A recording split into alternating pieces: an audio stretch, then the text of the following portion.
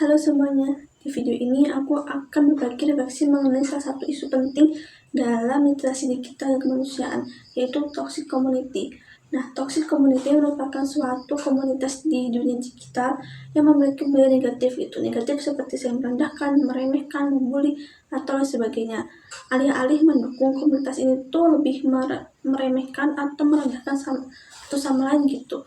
Dan terkadang anggotanya pun nggak sadar kalau mereka itu toksik karena mereka menganggap hal itu sebagai sesuatu yang normal gitu. Nah, mengapa isu ini penting?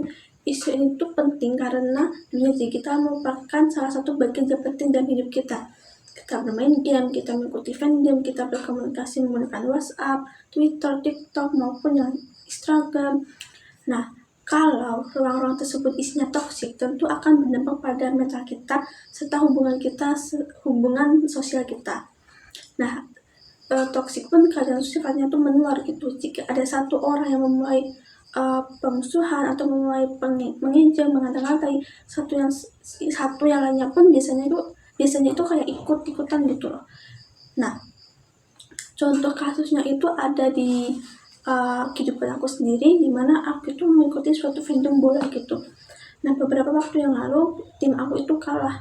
Nah, sebenarnya bisa aja sih, namanya permainan pasti ada yang menang dan kalah. Tapi itu ada satu orang yang tuh kayak kita tuh kalah gara-gara dia, kita tuh gara-gara dia, gara-gara ini, gara-gara itu. Sebenarnya tuh itu sesuatu yang wajar gitu, bukan gara-gara siapa atau salah siapa.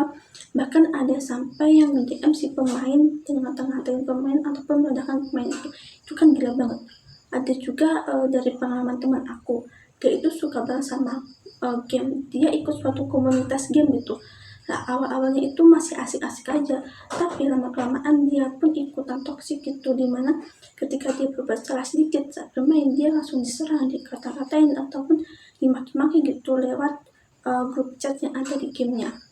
Nah, di media sosial pun kita sering juga melihat kan di Instagram ataupun TikTok, jika ada satu atau dua orang yang berbeda pendapat dengan kita, biasanya itu akan diserang secara rame-rame gitu.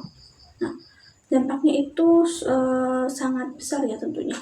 Dalam individu, toxic community ini dapat menyebabkan rasa kayak depresi, malas, terus minder, ataupun rasa takut untuk bersosial secara online gitu. Bahkan dalam beberapa kasus itu tuh ada sampai yang mengasingkan diri atau bahkan sampai mengakhiri hidupnya gitu. Nah, dalam dunia masyarakat, toxic community ini dapat merusak kualitas komunikasi gitu.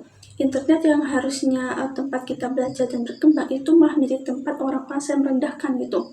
Nah, ini tuh membuat orang-orang tuh menjadi takut berpendapat, takut bersuara, sehingga mereka memilih untuk diam ataupun pergi dari ruang diskusi. Nah, tentu saja ini tuh dapat membuat komunitas itu menjadi tidak sehat dan dapat memperparah konflik antar kelompok gitu. Nah, ada beberapa cara yang dapat dilakukan itu tuh menurut aku pribadi ada 5. Yang pertama itu dari diri kita sendiri, dimana kita harus menjaga lisan dan ketikan, memakai etika serta berpikir dahulu sebelum memposting sesuatu. Yang kedua, kita jangan ikut tuntutan, kita jangan FOMO, jangan ikut sebatas ini tuh tren. Kalau semisal itu toksik ya udah kita tinggalin aja, nggak usah ikutan untuk mengata-ngatain atau mendiskriminasi orang. Terus yang ketiga, kita memanfaatkan fitur yang ada di aplikasi seperti fitur report, mute, leave, ataupun blog. Kita manfaatkan sebaik mungkin apabila komunitas itu benar-benar toksik gitu. Yang keempat, harus adanya aturan yang ketat dari komunitas untuk menjaga anggotanya dan untuk menjaga agar tidak toksik gitu. Dan yang terakhir itu harus adanya edukasi mengenai etika literasi digital gitu, dimana orang-orang harus paham bahwa dunia digital itu adalah dunia manusia yang masih memiliki perasaan gitu. Nah, jadi toxic community itu bukan sesuatu hal yang sepele, itu sangat berpengaruh pada mental dan hubungan sosial kita. Jadi sebisa mungkin kita menciptakan ruang diskusi atau ruang digital yang sehat dan nyaman. Nah, sekian dari saya. Terima kasih telah menyimak video ini.